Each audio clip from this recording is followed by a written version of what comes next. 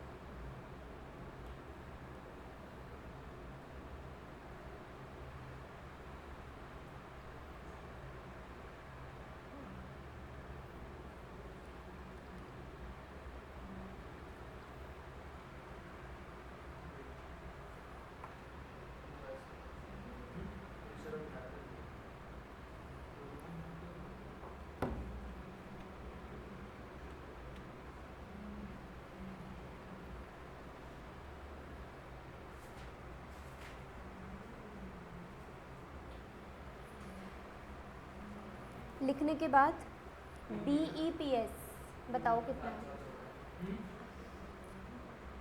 पीछे क्यों बात कर रहे हो? लिखने के बाद, क्वेश्चन लिखने के बाद BEPS को कंप्यूट करके बताओ।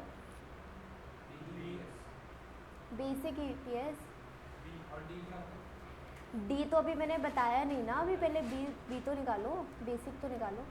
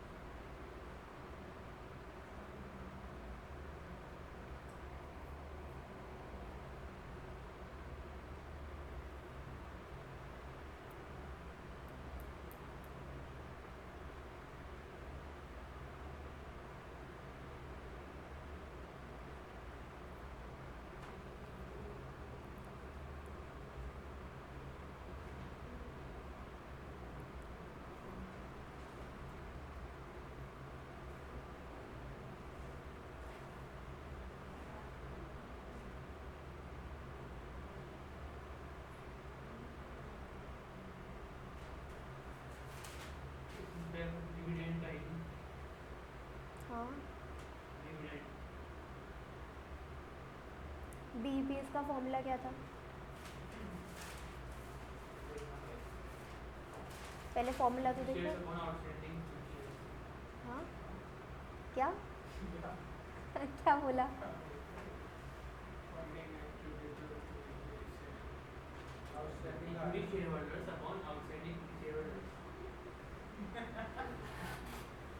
Equity share upon outstanding equity share, ये कैसा फॉर्मूला है?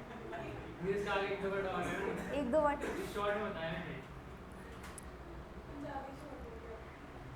हमें नेट प्रॉफिट आफ्टर टैक्स जो होता है उसे डिवाइड करना पड़ता है number of weighted average weighted number of equity share से, है ना?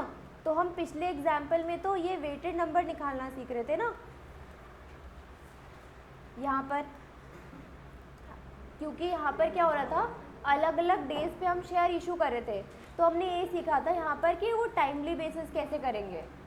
फिर एक क्वेश्चन हमने करा था जिसमें हमने राइट शेयर वाला भी निकालना सीखा था। तो बीईपीएस का फॉर्मूला का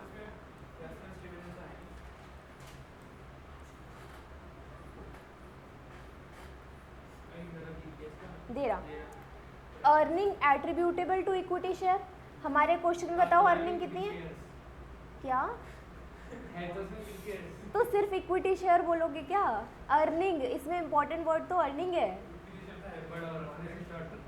अर्निंग कितनी है हमारी? एग्जाम्पल 4 में अर्निंग कितनी है? 1 करोड़, ठीक है। फिर डिनोमिनेटर में क्या होता है? Outstanding equity share, number of equity share कितने हैं? नंबर ऑफ इक्विटी शेयर कितने हैं? 50 लाख। तो डिवाइड कर दो दोनों को। बीईपीएस में हम कन्वर्टेबल वाला नहीं देखते ना। हाँ वो डीईपीएस में होगा।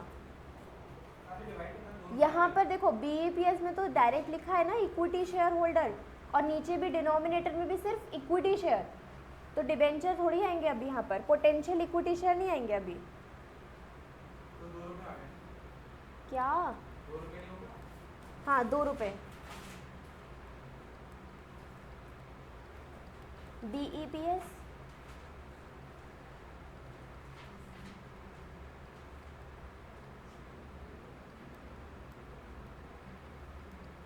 ठीक है।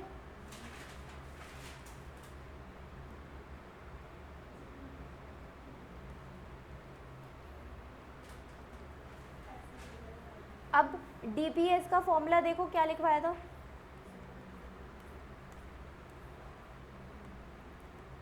Earning after considering potential equity shares divided by weighted average number of outstanding shares after considering potential equity shares.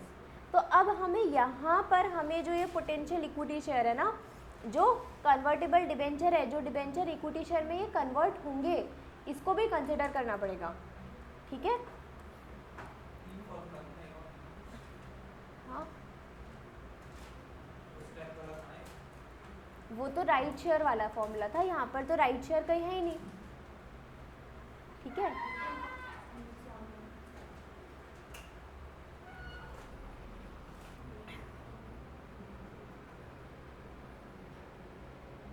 सबसे पहले तो फॉर्मूला लिखो इसका, earning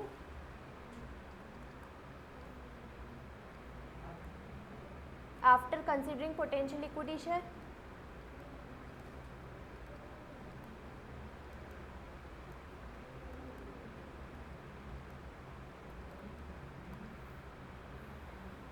divided by weighted average number of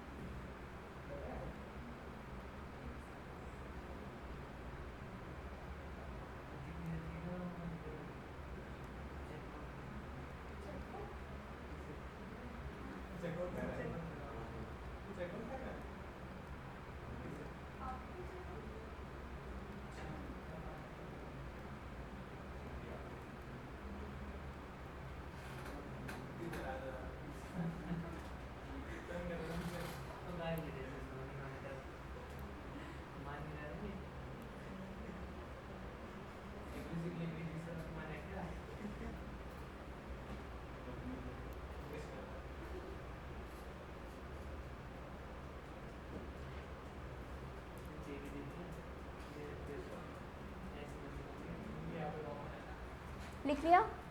अब 2 लाइन की जगह छोड़ देना बीच में।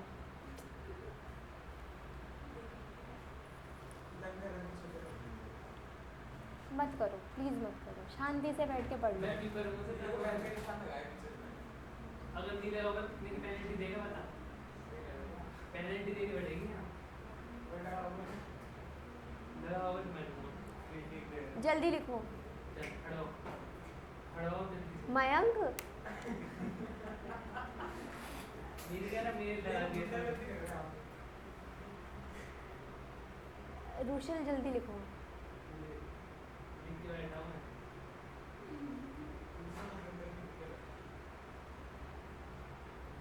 बाकी सब एक बार ये निकालना, जो डिनोमिनेटर का अमाउंट कितना आएगा।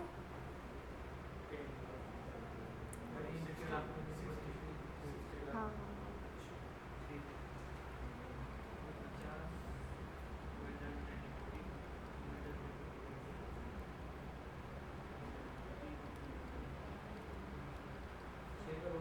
हो जाएगा 60 लाख।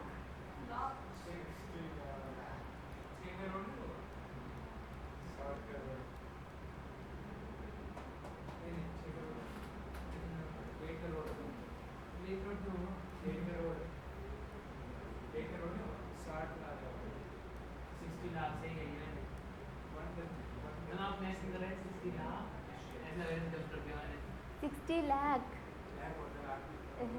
या तो 60 लाख। 60 लाख।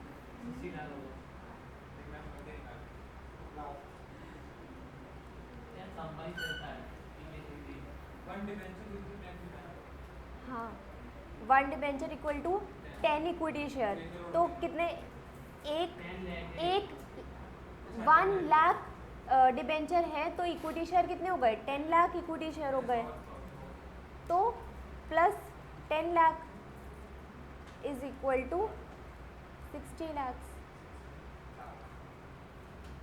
ठीक है, तो हमें डिनोमिनेटर तो पता लग गया अभी कितना, 60 लाख।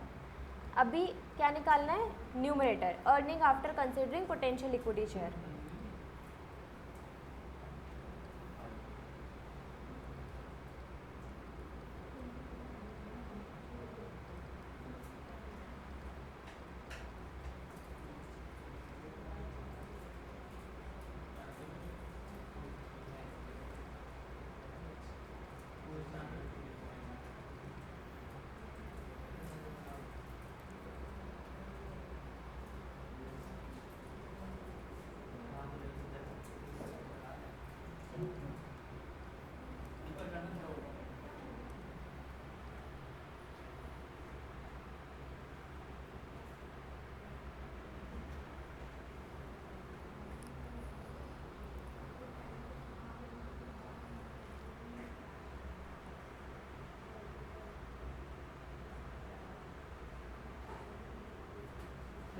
परेशान क्या दे दे रहा है, परेशान करने करने में लिख भी नहीं पाया उसने।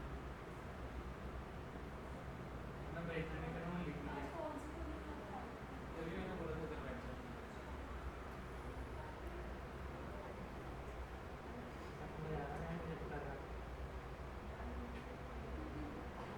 हो गया।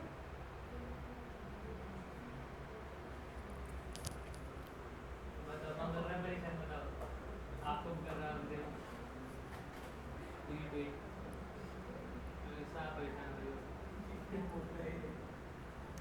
अब मुझसे लिखने दो, शांत हो गया।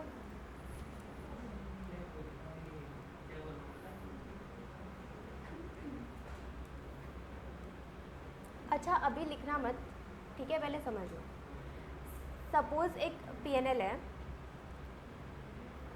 उसमें हमारे पास नेट प्रॉफिट आफ्टर टैक्स कितना आ रहा है, 1 करोड़। ठीक है, नेट प्रॉफिट आफ्टर टैक्स हम ये लेकर के चल रहे हैं कि नेट प्रॉफिट आफ्टर टैक्स कितना है, 1 करोड़ रुपीस। ठीक, अब यहाँ पर जब तक डिबेंचर थे हमारे पास, डिबेंचर तो अब कन्वर्ट होंगे, तो जब तक डिबेंचर थे हमारे पास, क्या डिबेंचर वालों को हम इंटरेस्ट पे करते थे, 12% इंटरेस्ट पे करते थे, है ना। तो वो जो इंटरेस्ट है वो हमारा पीएनएल में होना चाहिए, इंटरेस्ट ऑन डिबेंचर। कितना आ जाएगा इंटरेस्ट ऑन डिबेंचर बताओ? 1,20,00,000 या 12 लाख? 12 लाख आएगा, ठीक है। फिर इसको माइनस करने के बाद हमारा कुछ क्या निकला होगा, नेट प्रॉफिट निकला होगा। फिर उसमें से हमने क्या माइनस किया है, टैक्स, तब जाके हमारा कितना अमाउंट आया, इतना, ठीक है। अब सपोज करो फॉर ऊपर गिवन नहीं है सच क्वेश्चन में कहीं पर भी टैक्स, अच्छा गिवन है टैक्स 30% गिवन है, ठीक है। अगर हम टैक्स रेट 30% ले, क्या आप ये और ये कैलकुलेट करके बता सकते हो? बताओ बताओ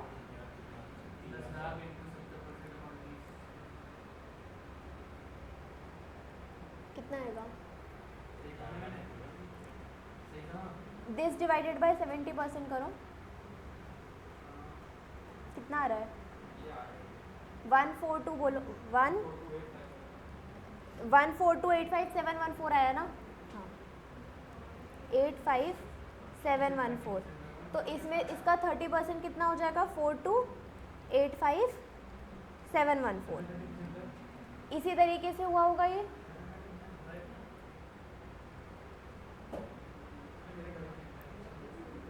क्या? जब तक हमने डिबेंचर को कन्वर्ट नहीं करा तब तक का पीएनएल तो कुछ ऐसे ही होगा, ठीक है। लेकिन अब हम क्या कर रहे हैं, डिबेंचर को जब हम इक्विटी में कन्वर्ट करेंगे तो तब भी क्या हमें इंटरेस्ट पे करना पड़ेगा? इंटरेस्ट ऑन डिबेंचर नहीं पे करना पड़ेगा ना जब हम कन्वर्ट कर देंगे। डिविडेंड पीएनएल में आता है, डिविडेंड पीएनएल में आता है? डिविडेंड नहीं आता, डिविडेंड तो बाद में, सब कुछ होने के बाद जो प्रॉफिट बचता है उसमें से पे करते हैं, है ना।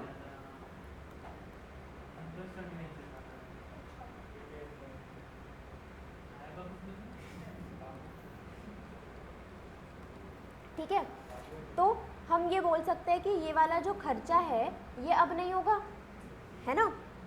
तो ये वाला एक्सपेंस विल नॉट अकर।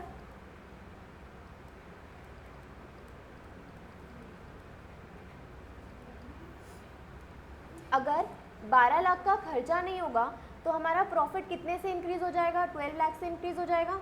तो इसमें 12 लाख ऐड करके बताओ कितना आएगा?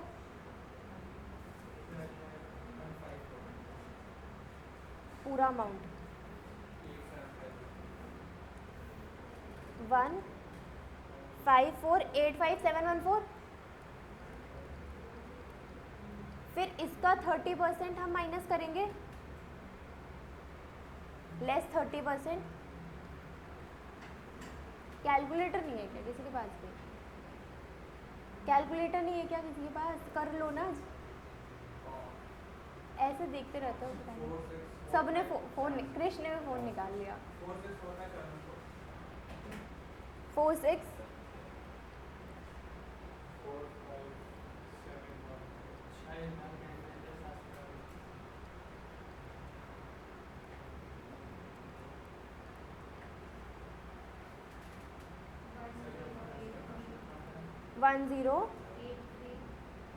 1084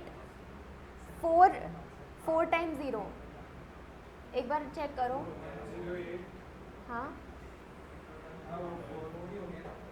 4 आ रहा है ना, क्या इतना ही आ रहा है? ये कैसे आया, सबको समझ में आया? आ गया ना, ठीक है। अब क्या हमें यहाँ पर जब हम अर्निंग लेंगे after considering potential equity share, तो हमें अर्निंग ये वाली नहीं लेनी चाहिए, ये वाली लेना गलत हो जाएगा ना। तो हमें अर्निंग तो ये वाली लेनी चाहिए। तो इधर अब न्यूमरेटर में क्या लिखेंगे हम, तब हमारा DEPS आएगा।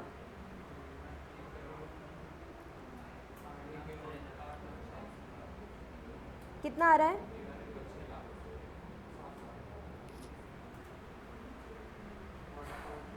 1.8। समझ में आया हमने कैसे निकाली अर्निंग? ठीक है, ये तो समझने का एक तरीका था, लेकिन हम जब एग्ज़ाम में सॉल्व करेंगे तो इस तरीके से नहीं करेंगे। ठीक है, इसका एक फॉर्मूला है, वो लगा करके सॉल्व करेंगे। ठीक है, कैसे? प्रॉफिट आपको ये पूरा लिखना है जैसे मैंने लिखा है। अभी बस 2 मिनट रुक जाओ। प्रॉफिट आफ्टर टैक्स जो अभी तक हमारे पास गिवन था, कितना गिवन था? इसमें ऐड कर देते हैं अगर सेविंग्स ऑफ इंटरेस्ट, हमें इंटरेस्ट की सेविंग हुई है ना, लेकिन वो कैसा? Net of tax.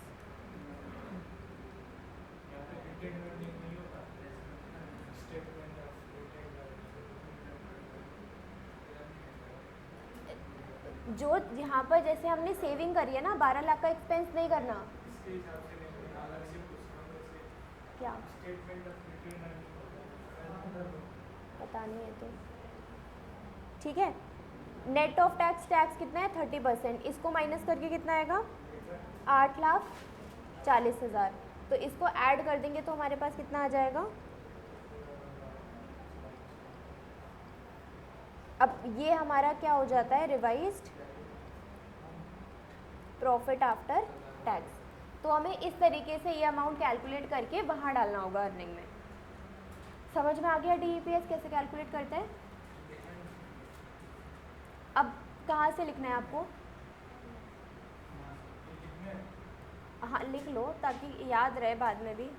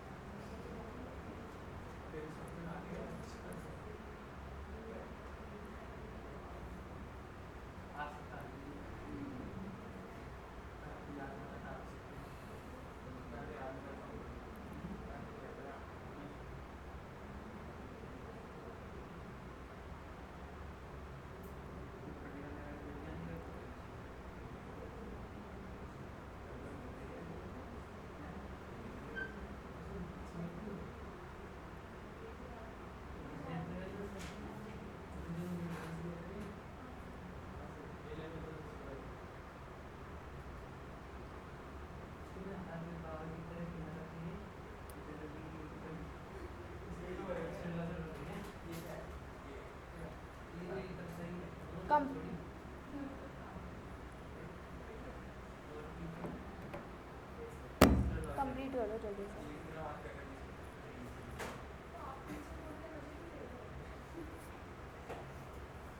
रुशिल आप ना इधर ही बैठो, यहाँ पे आ गए।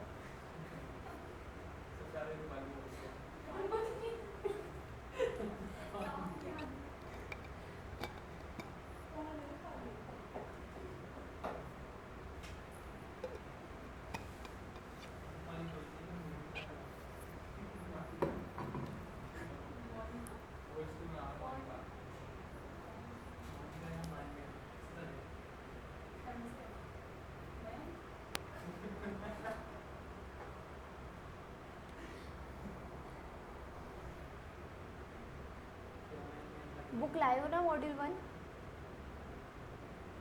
अब तो बोलने की ज़रूरत नहीं थी, लास्ट क्लास में किया था ये चैप्टर। कौन पूछ रहा है? क्यों? मयंक ने पूछा, आपने पूछा?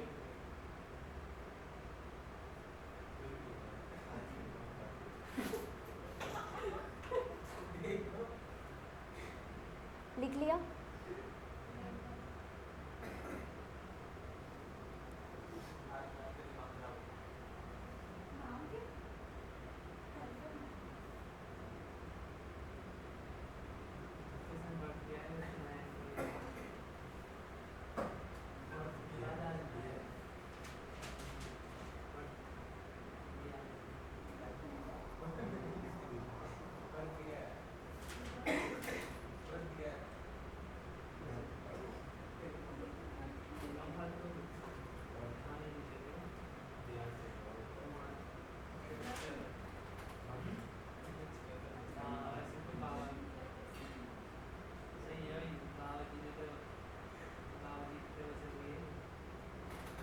जल्दी कंप्लीट करो। उन दोनों ने बिना बात कर लिखा, 2 मिनट में लिख लिया। विदिका और कृष्ण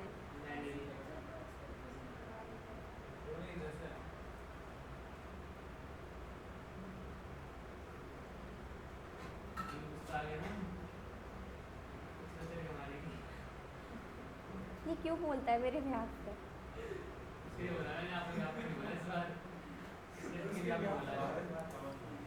शांति से लिखो, जल्दी कंप्लीट करो, जल्दी।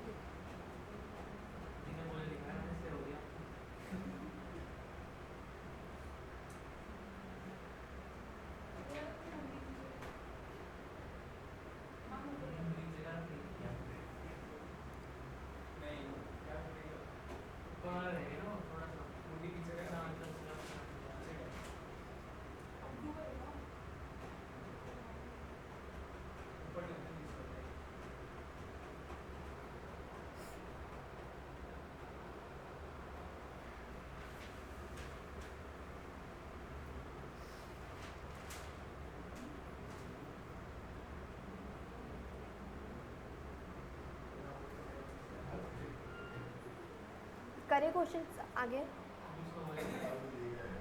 हो गया।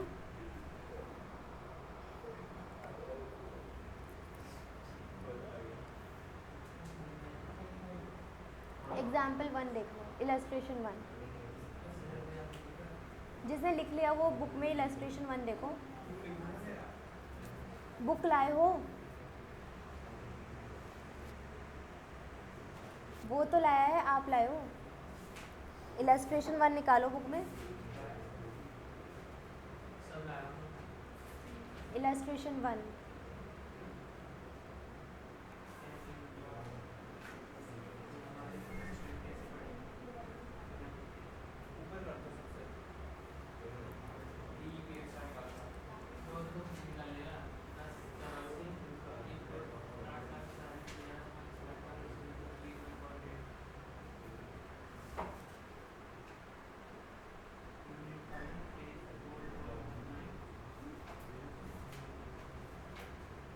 हो गया।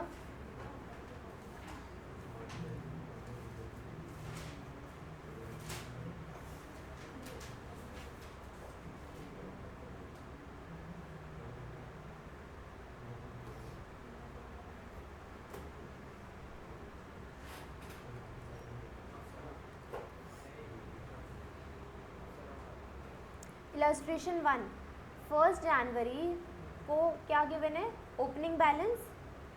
फिर 31 मई को शेयर इशू करें, फिर 1 नवंबर को शेयर बाय बैक करें। आपको क्या निकालना है? वेटेड नंबर ऑफ शेयर्स निकालना है। निकाल लो, कैलकुलेट करो। याद है ना टाइम बेसिस?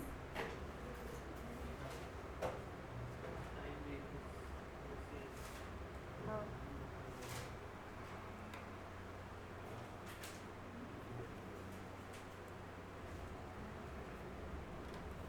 बिना आंसर देखे करना।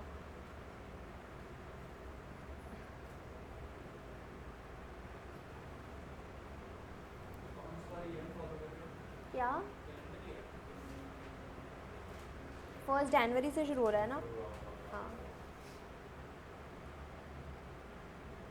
जून, जुलाई, अगस्त, सितंबर, अक्टूबर, नवंबर, दिसंबर, 7 महीने हो गए। हाँ, क्या पहले तो ओपनिंग बैलेंस 1800 हो गया है ना? फिर 600 शेयर्स है, 7/12 हो गया। और बाय बैक करे हमने कितने? 300 नवंबर दिसंबर।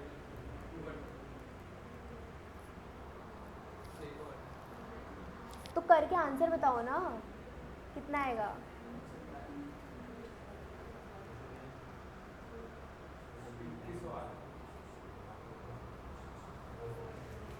करना नहीं है solve.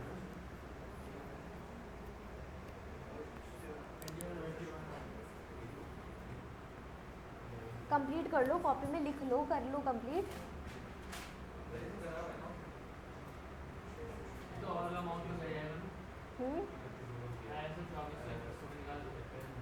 Number of equity shares पे निकालेंगे ना।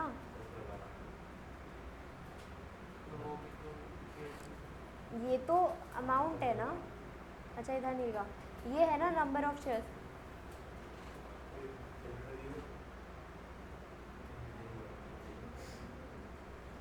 ₹1 का है ना,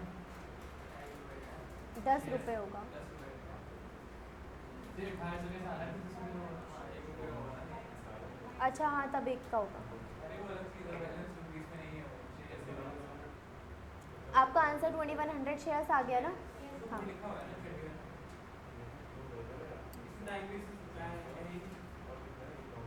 ये कुछ नहीं है, ये भूल जाओ, कुछ भी नहीं है, ये आपको बस ऐसे सॉल्व करना है।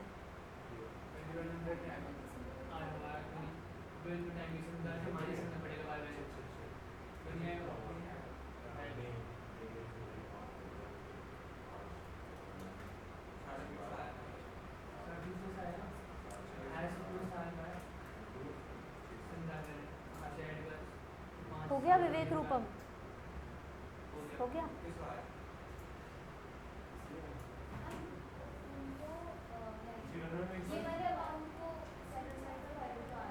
क्या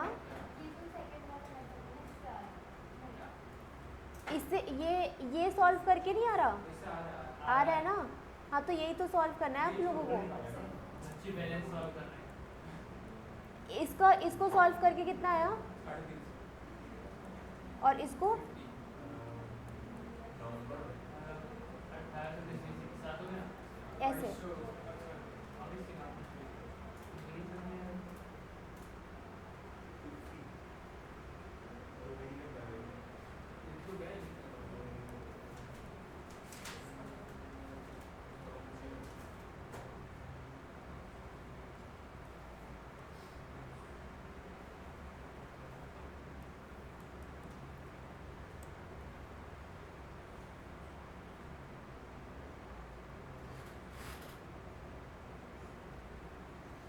इलस्ट्रेशन 2 सॉल्व करो।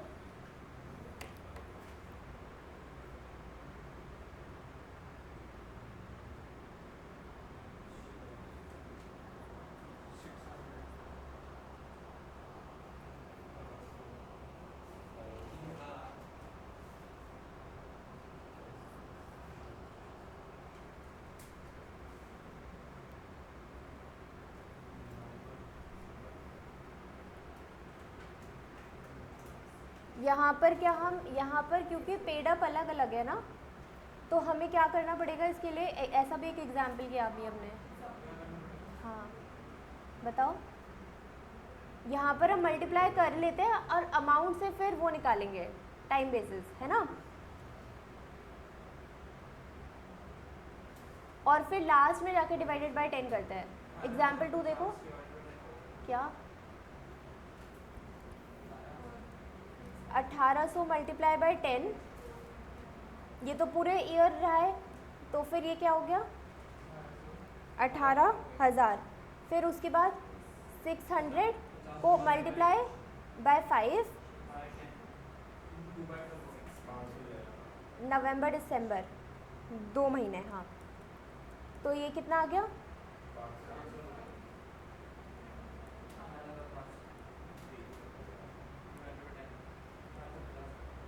ठीक है ना, 1850। हम लास्ट में जाके इसको डिवाइड करते हैं।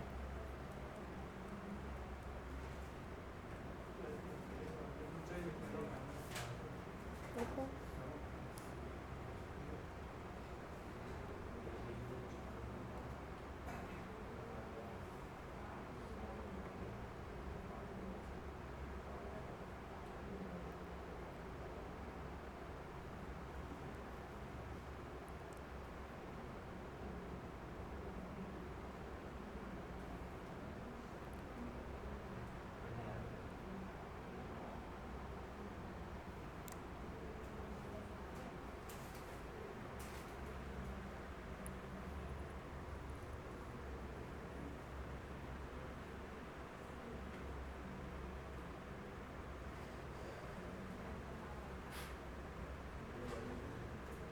हो गया, कंप्लीट हो गया।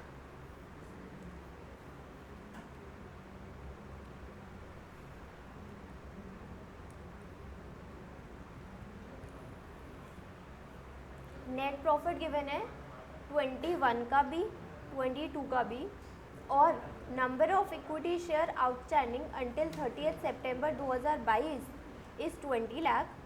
Bonus issue on 1 October 2022 was 2 equity share for each equity share outstanding at 30 सितंबर। तो बताओ 20 लाख अगर इक्विटी शेयर्स है और हर एक के बदले 2 बोनस शेयर मिल रहे हैं, तो अभी यहाँ पर और कितने मल्टीप्लाई 2 करेंगे ना, या डिवाइडेड बाय 2 करोगे? तो बोनस शेयर कितने हो गए? हाँ पढ़ो ना, पढ़ लो, पूछ क्या रहे हो? Bonus share, bonus issue was 2 equity share for each equity share, एक के बदले 2, तो टोटल कितने हो गए? 60 लाख इक्विटी शेयर। तो 60 लाख डिनोमिनेटर हो गया हमारे पास।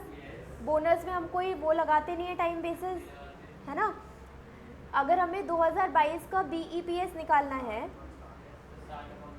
तो 60 लाख डिवाइडेड बाय 60 लाख 1 रुपये, ठीक है। और अगर हमें 2021 का भी हमें क्या निकालना होगा, अगर एडजस्टेड निकालना है तो क्या हो जाएगा? 18 lakh divided by 60 lakh.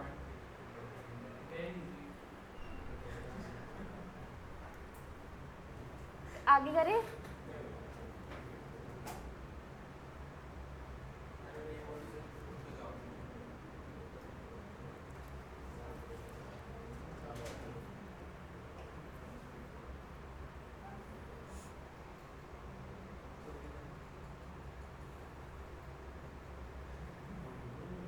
Net profit for the year 2021 11 lakhs. Net profit for the year 2022 15 lakh. Number of share outstanding prior to right issue 5 lakh shares. Right issue price rupees 15. Last date to exercise right 1st March 2022. Right issue is 1 share for each 5 outstanding. 1 lakh new shares. Fair value of 1 equity share immediately prior to the exercise of rights on 1st of March was 21. Basic EPS हमें calculate करना है, ठीक है। तो right share के उसमें steps याद है आप लोगों को? हमें क्या निकालना होता था? पेड पार्ट और बोनस पार्ट। पेड पार्ट में हम क्या करेंगे? टाइम बेसिस लगा देंगे, और बोनस पार्ट में कोई टाइम बेसिस नहीं लगेगा, ठीक है। फ़ोन रख दो, बिल्कुल फ़ोटो खींचे जा रहे हो क्लास में। क्या कर रहे हो? कर क्या रहे थे?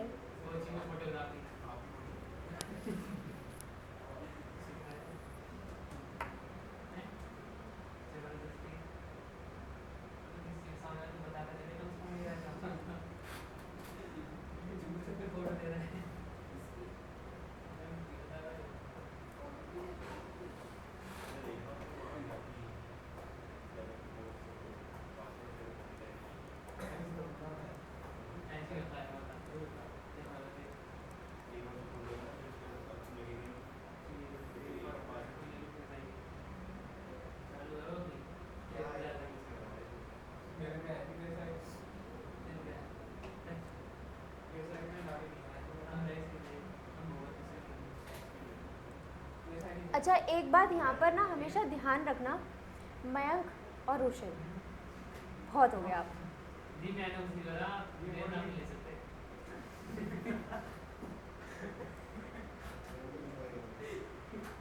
उसी मैंने उसी नहीं करा। मैं आपका नाम नहीं ले सकती, मैं मयंक नहीं बोल सकती क्या? मेरा नाम नहीं ले सकते। अब शांत हो जाओ 2 मिनट के लिए।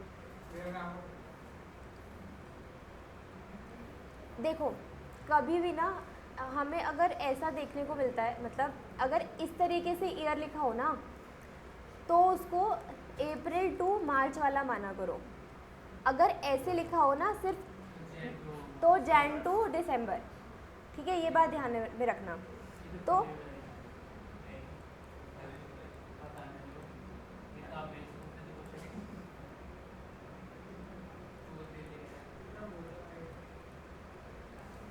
ठीक है, ये हमारा ईयर है, कैलेंडर ईयर है। फिर अब यहाँ पर क्या हो रहा है, 1 मार्च 2022 को हम क्या इशू कर रहे हैं, राइट शेयर। ठीक है, अब यहाँ पर देखो क्या लिखा है कि fair value of 1 equity share immediately prior to the exercise of rights on 1 March, उसकी वैल्यू कितनी थी, ₹21। तो मतलब क्या इस टाइम पीरियड में हमारी मार्केट वैल्यू कितनी थी शेयर की, 21 थी। ठीक है, इस वाली मार्केट वैल्यू को क्या बोलते हैं, मार्केट प्राइस, इसको बोलते हैं कम राइट और इसको बोलते हैं एक्स राइट, बाद वाले को। ठीक है, अब जहाँ पे आपने स्टेप्स लिखे थे वहाँ पे देखो, सबसे पहले स्टेप 1 क्या था हमारे पास, मार्केट प्राइस एक्स राइट निकालने का स्टेप नंबर 1 लिखा था, है ना। तो अब हमें स्टेप 1 में क्या करना पड़ेगा, हमें कैलकुलेट करना पड़ेगा मार्केट प्राइस एक्स राइट,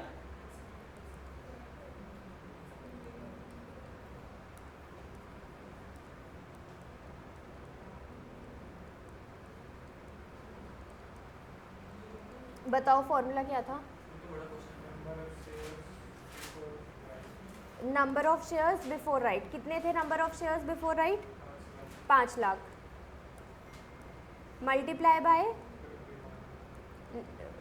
वो बताओ ना, कम प्राइस पूला है तो 21, ठीक है। फिर प्लस राइट शेयर, तो राइट शेयर कितने करे हमने, 1 lakh, multiply by right price कितना है, 15, कहाँ लिखा है, 15, right issue price is 15, divided by 5 + 1, 6 lakh. तो बताओ मार्केट प्राइस एक्स राइट कितना आ जाएगा,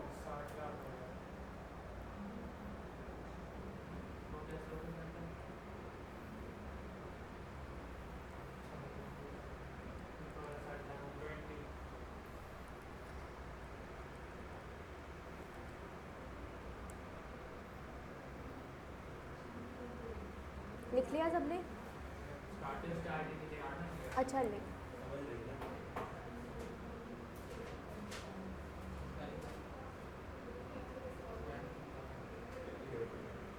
हम्म,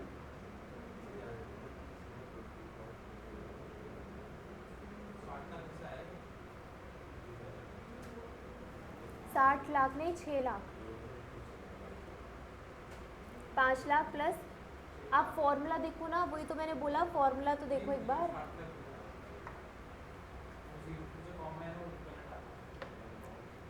पहले 60 लाख लिखा था, फिर करेक्ट कर दिया उसको।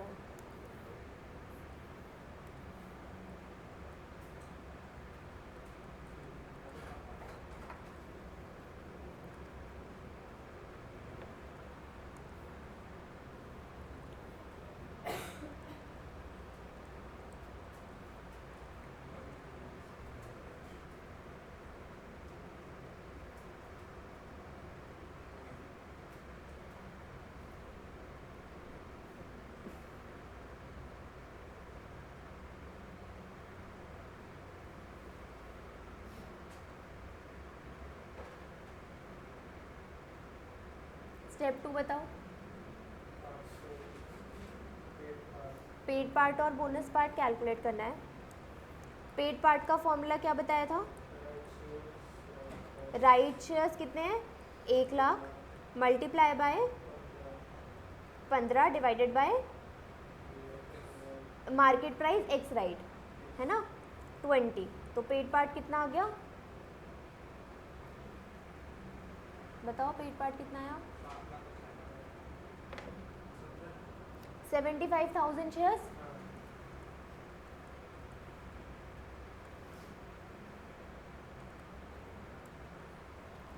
बोनस पार्ट कैसे आता है फिर,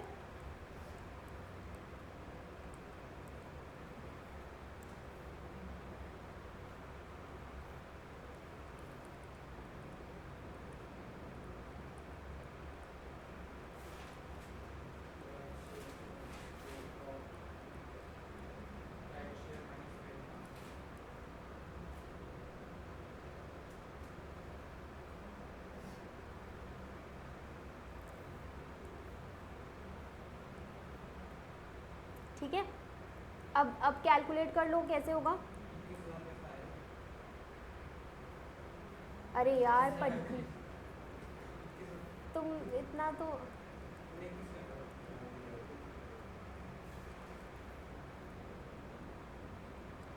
वो 5 लाख तो हमारा ओपनिंग बैलेंस था, पूरा 5 लाख ऐसे ही रहेगा। ये हमारे पास क्या था,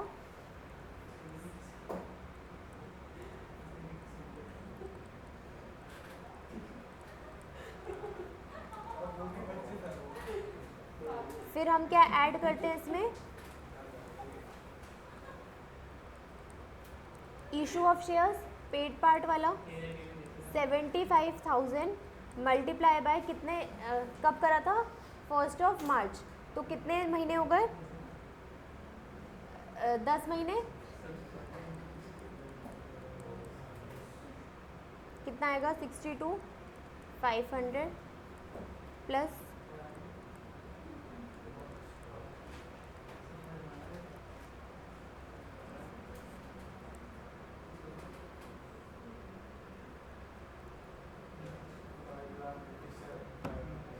हम्म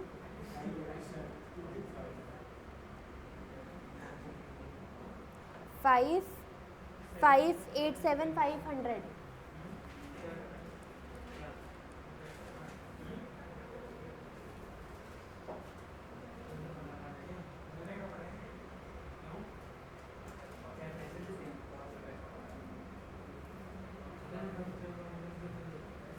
क्या हो जाता है सबको, मैं नहीं बता रही, ये फॉर्मूला है, ऐसे नहीं, ये रकम दे, हद हो गई यार रोशन। क्लास मेरे को लेनी पड़ेगी, ऐसा दिखा रहा है, ये राइट किया हम ऐसे कैलकुलेट करते हैं, इसको राइट से आपने स्टेप्स लिखे थे, राइट से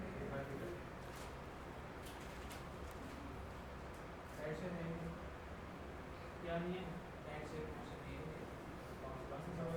ये राइट शेयर का क्वेश्चन नहीं है, ये राइट इशू नहीं किया गया, राइट इशू क्या होता है, राइट शेयर होता है जो थर्ड स्टेप है वो नहीं लिखा, हमने स्टेप्स लिखे थे, एक एग्जाम्पल भी किया था, अब ये दूसरा क्वेश्चन चल रहा है इस पर।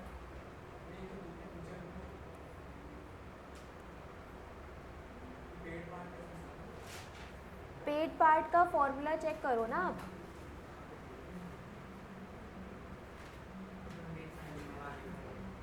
मिल गया, इसको दिखा दो पेड पार्ट का फॉर्मूला कहाँ लिखा है, कहाँ कैलकुलेट किया था, कहाँ, हाँ तो ये यहाँ पर 75,000 निकाला, तो पेड पार्ट पे टाइम बेसिस लगाना होता है, लेकिन बोनस पार्ट पे टाइम बेसिस नहीं लगाना होता, यहाँ तो हमने बस 75,000 पे टाइम बेसिस लगाया है ना।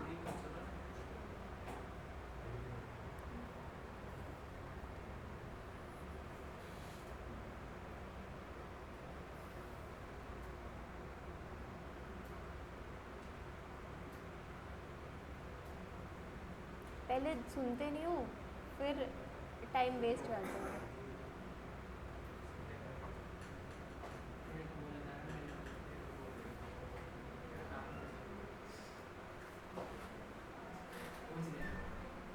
क्या बोला इसने, इसको समझ नहीं आ रहा, समझ नहीं आया, अब भी नहीं आया,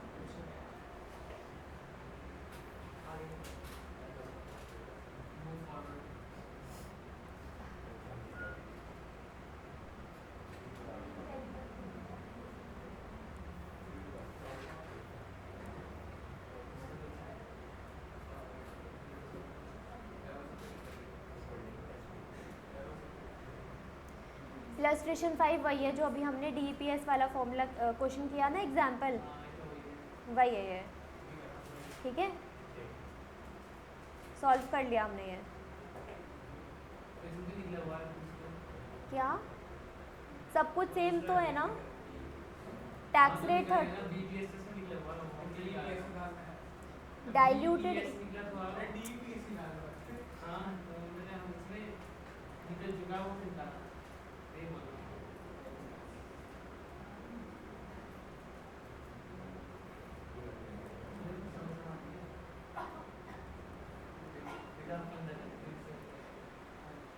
लास्ट क्वेश्चन है ये, diluted EPS in case of share options.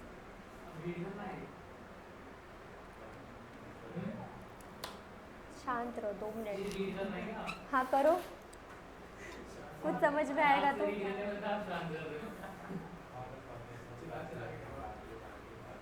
मत करो रीड, नहीं समझ में आएगा, अभी बता रही हूँ।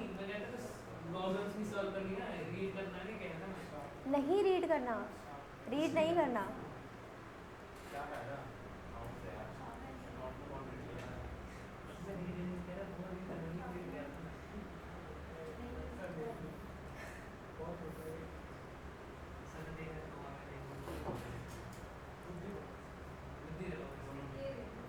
सही से बैठ जाओ पहले तो, और इधर देखो बोर्ड पे।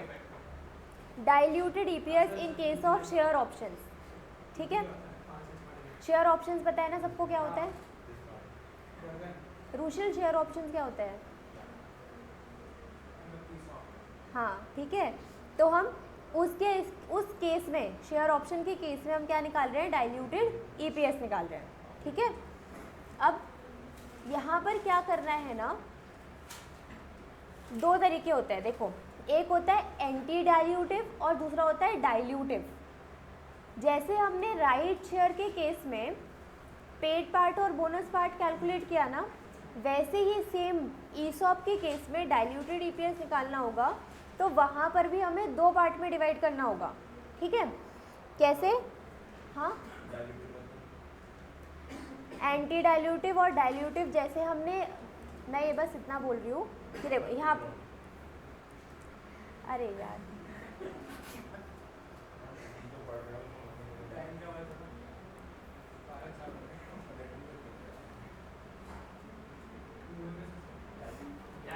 रीड कर लो, फिर आप पूरा रीड करो। For the purpose of calculating diluted EPS,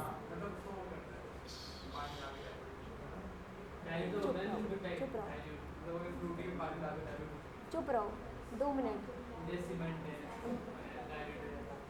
अब बातें मत करो, अब रीड करो पूरा। For the purpose of calculating diluted EPS, an enterprise should assume the exercise of dilutive options and other dilutive potential equity share of the enterprise।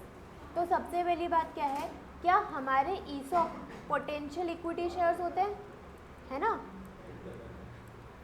The assumed process from this issues should be considered to have been received from the issue of shares at fair value। अब ESOP में होता क्या है ना कि option होता है, कुछ मतलब ले भी सकते हैं उसको और अवेल नहीं भी कर सकते, ठीक है। The difference between the number of shares issuable and the number of shares that would have been issued at fair value should be treated as an issue of shares for no consideration. तो यहाँ पर हम जो 2 part में divide कर रहे हैं ना, वो इस पार्ट्स में डिवाइड कर रहे हैं कि जो इशू हुआ, नंबर ऑफ शेयर जो इशू हुए, और दूसरी तरफ जो नंबर ऑफ शेयर इशू हो सकते थे, ठीक है। The difference between the number of share issuable and the number of shares that would have been issued at fair value, ठीक है। तो ईसॉप क्या है? हमारे पोटेंशियल, चुप होके अब 2 मिनट सुन लो। ईसॉप पोटेंशियल इक्विटी शेयर है, ठीक है। मैं क्या बोल रही हूँ, ये ऑप्शंस होते हैं एम्प्लॉय के पास कि वो अवेल कर भी सकते हैं और नहीं भी कर सकते। तो यहाँ पर क्या है डिफरेंस बिटवीन बट जो इशू हुए और जो इशू हो सकते थे, वुड हैव बीन इशूड, ठीक। Options and other share purchase arrangements are dilutive when they would result in the issue of equity share for less than fair value. समझ में आया? डाइल्यूटिव का मतलब क्या है? नहीं, डाइल्यूटिव का मतलब क्या है, जो शेयर्स मतलब पोटेंशियल इक्विटी शेयर में कन्वर्ट हो गए, इशू हो गए, ठीक है। लिखा है ना, जो ऑप्शंस, जो शेयर परचेज अरेंजमेंट डाइल्यूटिव कब है? When they would result in the issue of equity share, ठीक है। वैसे ईसॉप सारे ही मार्केट प्राइस से कम होंगे। डाइल्यूटिव, हाँ सारे डाइल्यूटिव नहीं है, डाइल्यूटिव वो है जो इशू हो गए हैं, ठीक है। समझ में आ गया डाइल्यूटिव, ठीक है। The amount of the dilution is fair value less than issue price. Obviously हम जब ईसॉप को इशू करेंगे तो उसकी फेयर वैल्यू मार्केट प्राइस से कम रहेगी, है ना। Therefore in order to calculate diluted EPS each such arrangement is treated as consisting of. तो इसलिए जब हम डाइल्यूटेड ईपीएस ईसॉप के केस में हम निकालेंगे तो हम वहाँ पर दो सिचुएशंस को कंसिडर करेंगे, ठीक है। एक जो हमारे एंटी डाइल्यूटिव में और दूसरे वाले डाइल्यूटिव में, ठीक। तो पहली कंडीशन क्या है, a contract to issue a certain number of equity share at their average fair value during the period. The shares to be so issued are fairly priced and are assumed to be neither dilutive nor anti-dilutive. They are ignored in the computation of diluted EPS. तो जो convert नहीं हुए हम उसको क्या कर देंगे, ignore कर देंगे, ठीक है। उसी को बोल रहे हैं एंटी डाइल्यूटिव, उसको हम इग्नोर कर रहे हैं।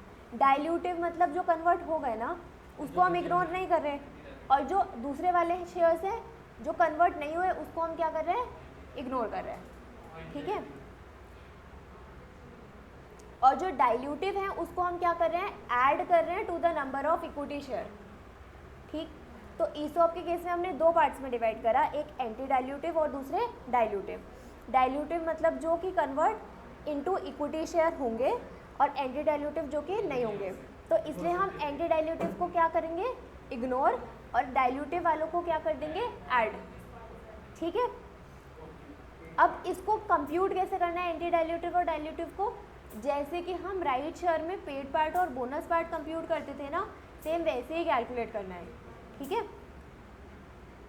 और सिर्फ बस ये ध्यान में रखना कि पेड पार्ट जैसे हम कैलकुलेट करते थे वहाँ पर जो नंबर ऑफ शेयर आएगा वो रहेगा एंटी डाइल्यूटिव वाला, और बोनस पार्ट जैसे हम करते थे वो रहेगा डाइल्यूटिव वाला। और लेकिन सिर्फ हम ऐड कौन सा वाला करेंगे, डाइल्यूटिव वाला ऐड करेंगे। Only this part is to be added while calculating DEPS in case of DEPS in case of ESOP.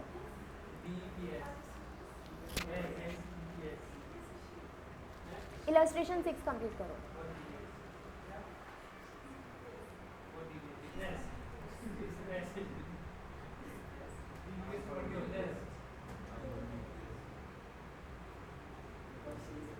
ये वाला एग्जाम्पल कहाँ से? अच्छा,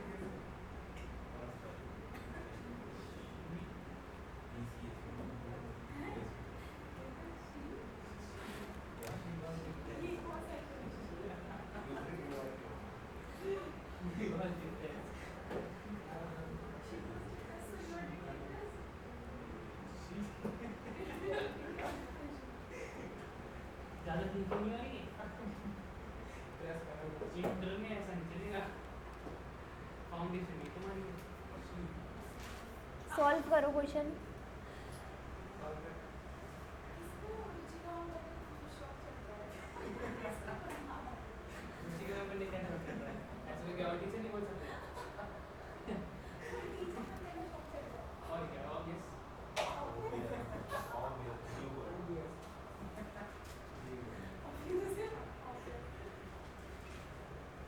सॉल्व करो जल्दी इलस्ट्रेशन 6।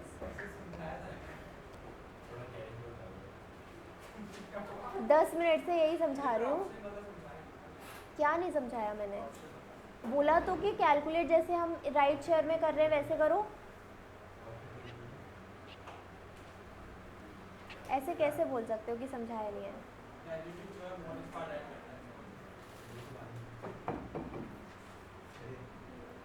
क्रिश समझ में आया? समझाया कि नहीं समझाया बताओ, हाँ या ना बोलो। विदिका बताओ, समझ में आया? तो आपको कैसे नहीं आया? जब मेरे से क्यों डरेगी वो?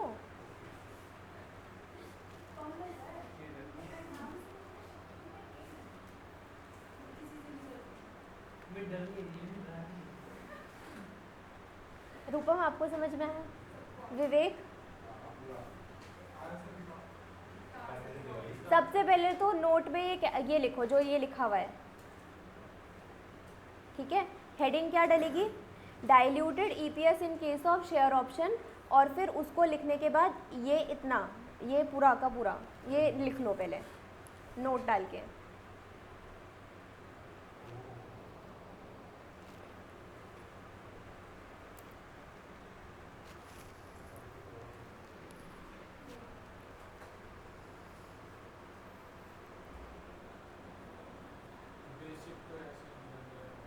हाँ, बेसिक में तो कुछ करना ही नहीं है।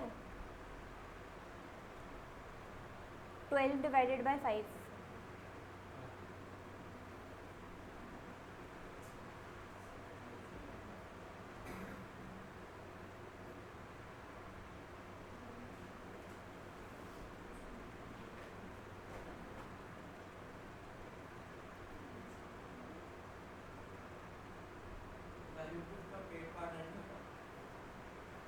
क्या डाइल्यूटिव का कोई पेड पार्ट नहीं है, ये बस मैंने निकालने का तरीका बताया कि इसको कैलकुलेट कैसे करेंगे। जैसे कि हमने राइट शेयर में पेड पार्ट कैलकुलेट करा था ना, वो वैसे एंटी डाइल्यूटिव निकल के आएगा। जैसे हमने वहाँ बोनस कैलकुलेट करा था, वो डाइल्यूटिव वाला पार्ट निकल के आएगा, ठीक है। हाँ, पेड पार्ट कैलकुलेट किए बिना बोनस पार्ट निकाल कैसे सकते हो?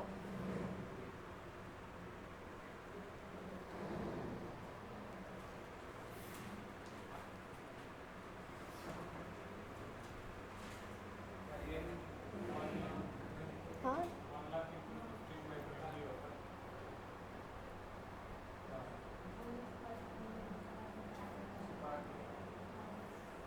ये हो गया, लिख लिया?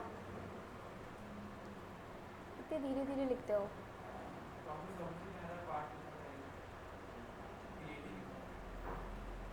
इतना बेसिक क्या सेंस नहीं लगा सकते? क्या पार्ट ही लिखा है, PART, फर्स्ट क्लास में थोड़ी हो।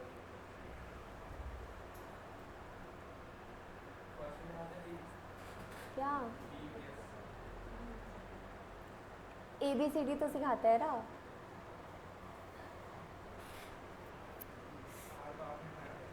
अरे वही तो बोल रही हूँ, इतना तो समझ में आना चाहिए ना।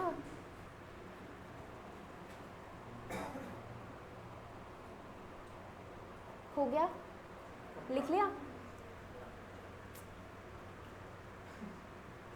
ये पेड पार्ट निकला है, हाँ इसे इग्नोर करना है हमें। हाँ, तो निकाल करिए। आप बोनस पार्ट निकालोगे कैसे पेड पार्ट निकाले बिना? हाँ, बोनस पार्ट कैलकुलेट कैसे करोगे पेड पार्ट कैलकुलेट किए बिना? बताओ तो सही।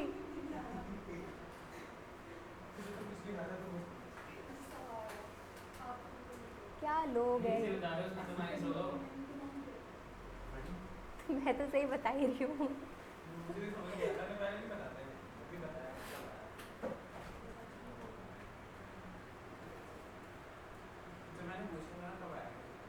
आ गया ना, वेरी गुड। अब पेड पार्ट का फॉर्मूला क्या होता है?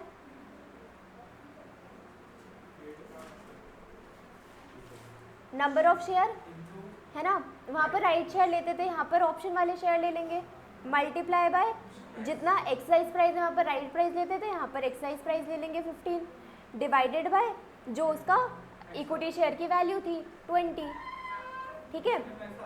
हाँ हाँ, तो यहाँ पर राइट शेयर्स नहीं है ना, वो ESOP है।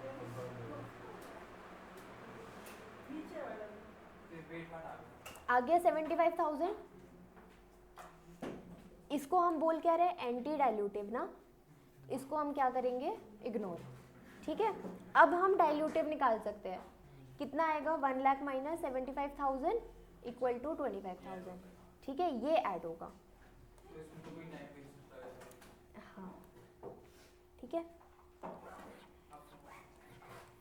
ठीक है, ये एग्जाम्पल है।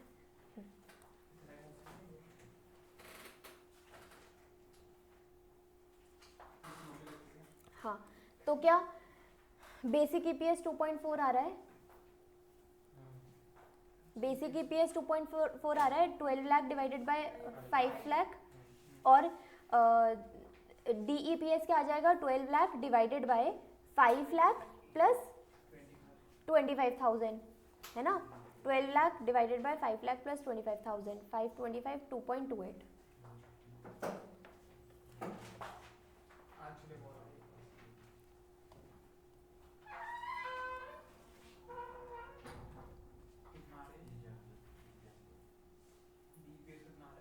क्या 2.28?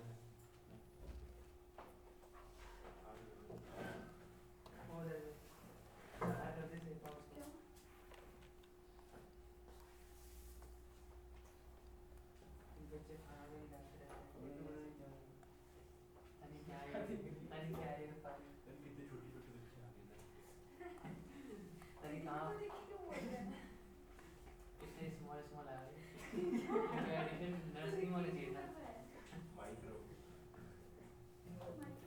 क्या पता दिल्ली का बता रही उठा के पटक दीजिए आपको माइक्रो स्मॉल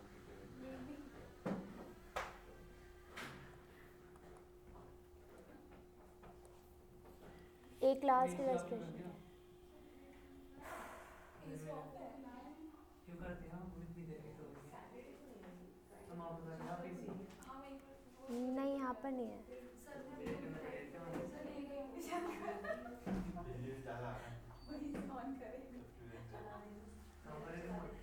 क्या एसी की क्या अरे वो वाला फैन तो चला ले, चलो नहीं भाई मैं सर ये वाला चला लेना घर पे जब आएंगे वापस तो लेते हुए आएंगे। अब 4 बजे चलेगा। एसी ऑन नहीं हो रहा है